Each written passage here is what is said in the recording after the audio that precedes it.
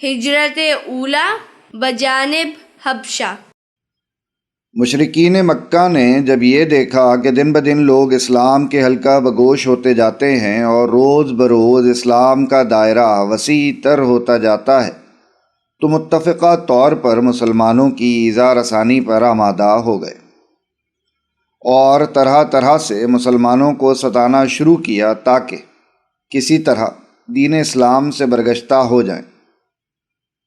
ایک وقت آیا کہ حضرت صلی اللہ علیہ وآلہ وسلم نے ارشاد فرمایا، تفرقوا فی الارض فإن اللہ سیجمعکم، قالوا الی این نذهب، قال بیدہ الی ہنا واشار بیدہ الی ارض الحبشہ، یعنی تم اللہ کی زمین پر کہیں چلے جاؤ، یقیناً اللہ تعالیٰ تم سب کو عنقریب جمع کرے گا۔ صحابہ نے عرض کیا کہ کہاں جائیں؟ آپ نے ملک حبشہ کی طرف اشارہ فرمایا اور یہ بھی فرمایا کہ وہاں ایک بادشاہ ہے کہ جس کی قلمرو میں کوئی کسی پر ظلم نہیں کر سکتا۔ چنانچہ ماہ رجب سن 5 نبوی میں 11 مرد اور 5 عورتوں نے ہجرت فرمائی۔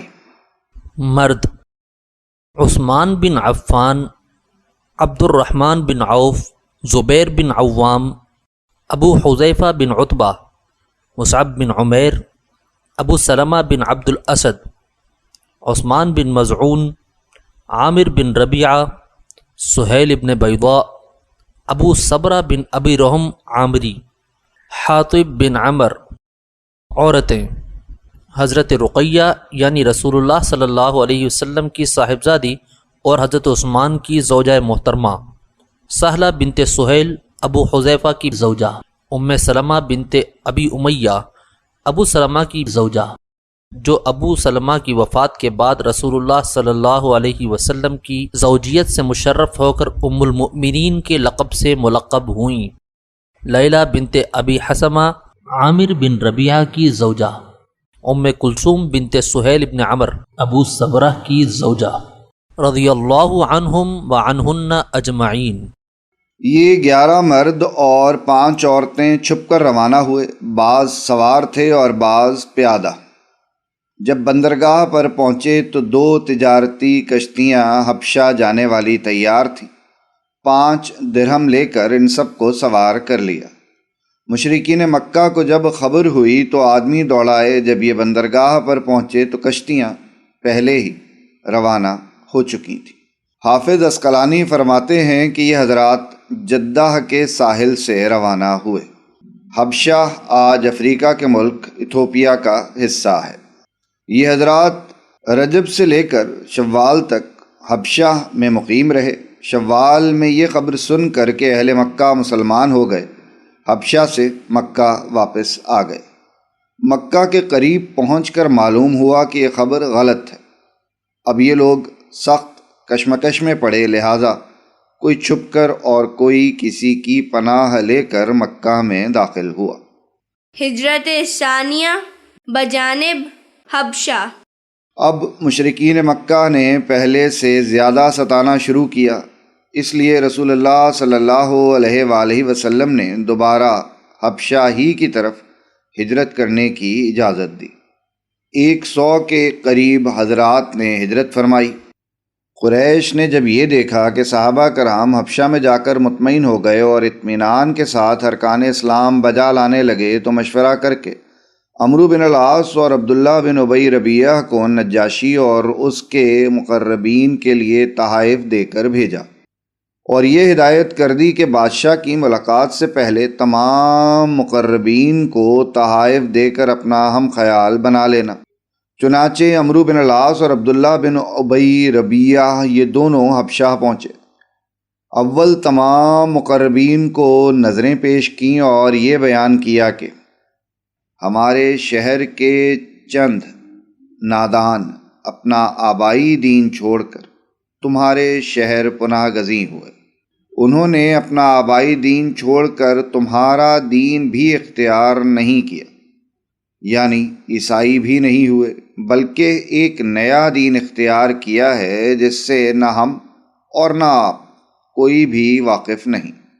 ہماری قوم کے اشراف اور سربرآوردہ لوگوں نے ہم کو بادشاہ کی خدمت میں اس لیے بھیجا ہے کہ یہ لوگ ہمارے حوالے کر دیے جائیں۔ آپ حضرات بادشاہ سے سفارش کیجیے کہ ان لوگوں کو بغیر کسی مکالمہ کے ہمارے سپرد کر دے۔ وجہ ظاہر ہے وہ یہ کہ یہ خوب سمجھتے تھے کہ حق ادھر ان لوگوں کی زبان سے نکلا اور ادھر دل میں اترا۔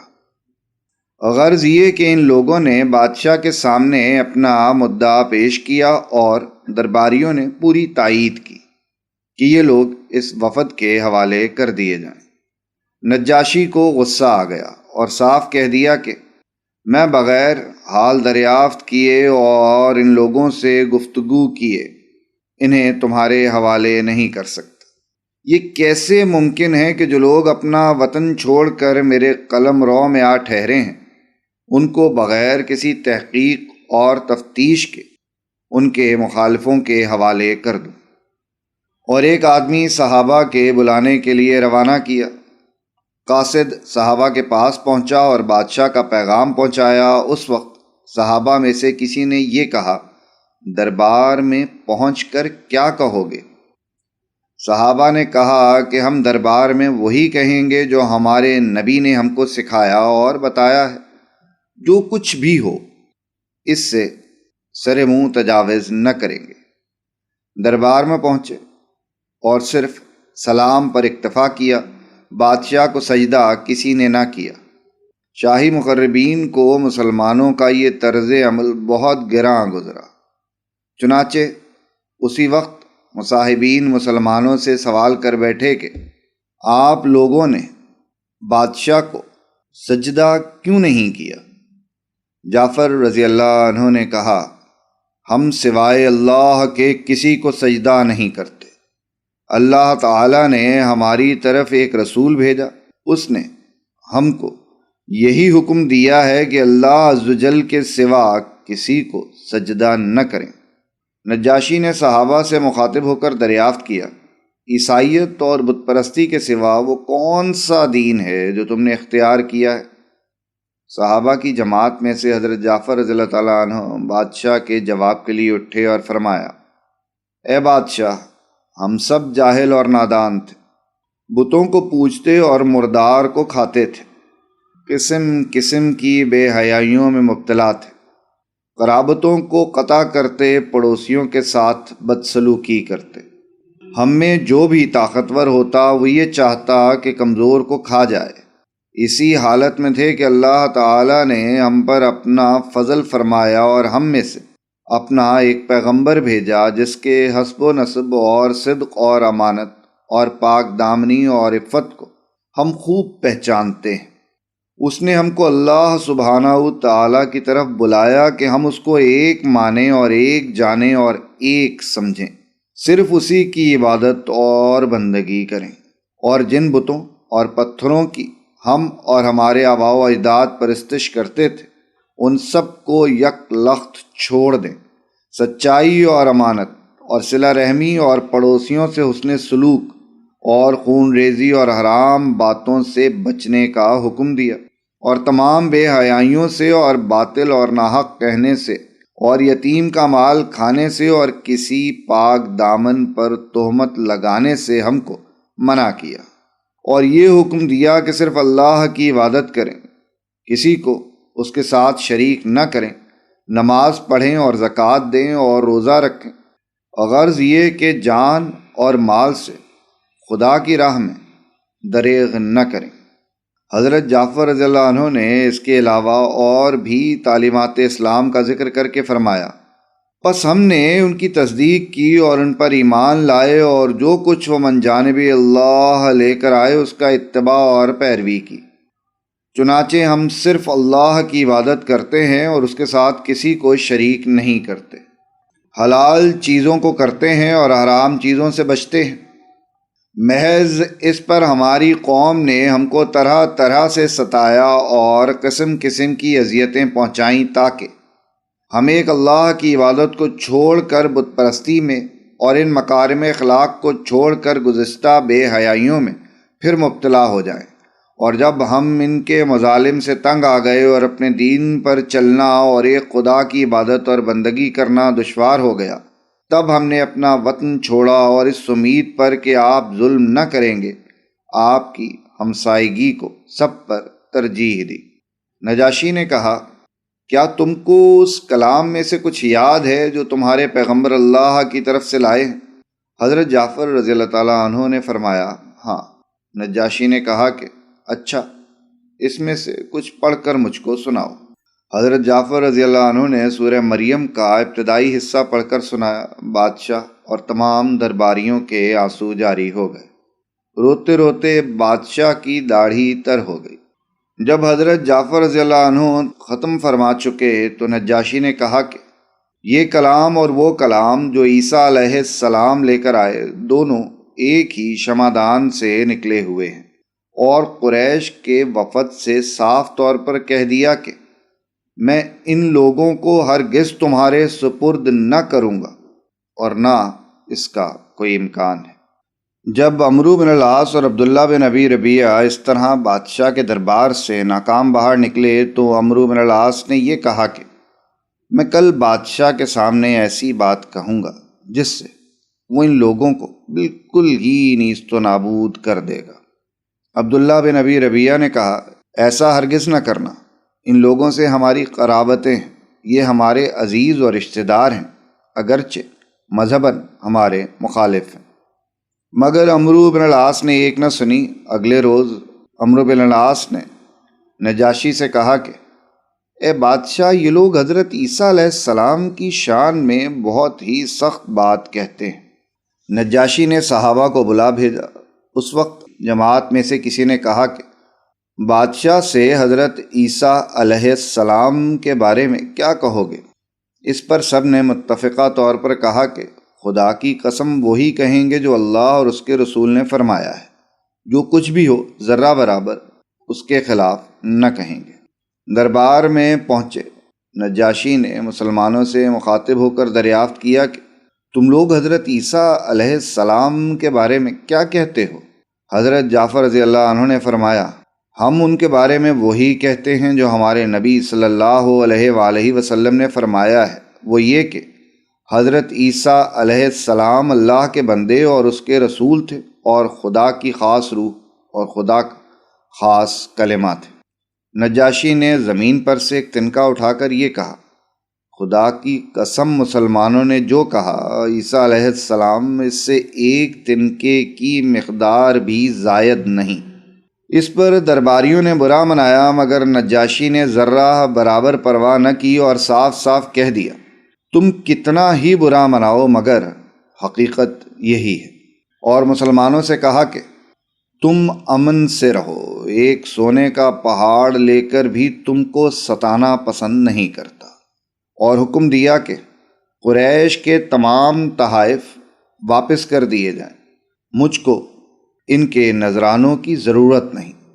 اللہ نے میرا ملک اور میری سلطنت بغیر رشوت کے مجھ کو دلائی، لہٰذا میں تم سے رشوت لے کر ان لوگوں کو ہرگز تمہارے سپرد نہ کروں گا۔ دربار ختم ہوا اور مسلمان نہایت شاداں و فرحاں، اور قریش کا وفد نہایت ذلت و ندامت کے ساتھ باہر نکلا۔ زہری فرماتے ہیں کہ میں نے ام سلمہ کی یہ مفصل حدیث عروہ بن الزبیر سے ذکر کی تو عروہ رضی اللہ عنہ نے مجھ سے یہ کہا کہ تم کو معلوم بھی ہے کہ نجاشی کے اس قول کا کہ اللہ نے بغیر رشوت کے میرا ملک مجھے واپس فرمایا کیا مطلب ہے؟ میں نے کہا نہیں۔ عروہ نے کہا کہ ام المومنین عائشہ صدیقہ رضی اللہ عنہ نے مجھ سے بیان کیا کہ نجاشی کا باپ حبشہ کا بادشاہ تھا، نجاشی کے سوا اس کا اور کوئی بیٹا نہ تھا۔ بادشاہ کے بھائی یعنی نجاشی کے چچا کے 12 لڑکے تھے۔ ایک مرتبہ اہل حبشہ کو یہ خیال پیدا ہوا کہ نجاشی اپنے باپ کا ایک ہی بیٹا ہے اور بادشاہ کا بھائی کثیر الاولاد ہے، اس لیے بادشاہ کو قتل کر کے بادشاہ کے بھائی یعنی نجاشی کے چچا کو بادشاہ بنا لینا چاہیے، تاکہ زمانہ دراز تک اسی خاندان میں بادشاہت کا سلسلہ قائم رہے۔ چنانچہ بادشاہ کو قتل کر کے بادشاہ کے بھائی کو بادشاہ بنا لیا اور نجاشی اپنے چچا کی تربیت میں آ گیا۔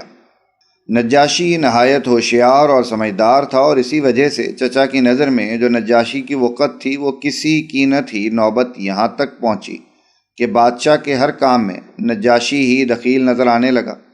اہل حبشہ کو اس کی ہوشیاری سے اندیشہ ہوا کہ کہیں اپنے باپ کا انتقام نہ لے، اس لیے بادشاہ سے درخواست کی کہ اس کو قتل کرا دے۔ بادشاہ نے یہ کہا کہ کل تو تم نے اس کے باپ کو قتل کیا اور آج اس کے بیٹے کو قتل کرنا چاہتے ہو، مجھ سے یہ ناممکن ہے۔ بہت سے بہت یہ ہو سکتا ہے کہ میں اس کو یہاں سے علیحدہ کر دوں۔ لوگوں نے اس کو منظور کیا اور نجاشی کو بادشاہ سے لے کر ایک تاجر کے ہاتھ 600 درہم میں فروخت کر ڈالا۔ تاجر نجاشی کو لے کر روانہ ہوا۔ شام ہی کو یہ واقعہ پیش آیا کہ بادشاہ پر بجلی گری۔ بادشاہ تو بجلی گرتے ہی فوراً مر گیا۔ اب لوگوں میں ہلچل پڑی کہ کس کو بادشاہ بنائیں۔ 12 بیٹوں میں سے کوئی بھی تخت نشینی کے قابل نظر نہ آیا۔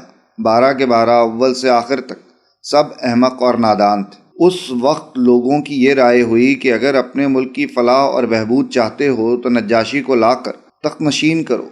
لوگ نجاشی کی خاطر اس تاجر کی تلاش میں ہر طرف دوڑے اور اس تاجر سے نجاشی کو واپس لا کر تخت نشین کیا۔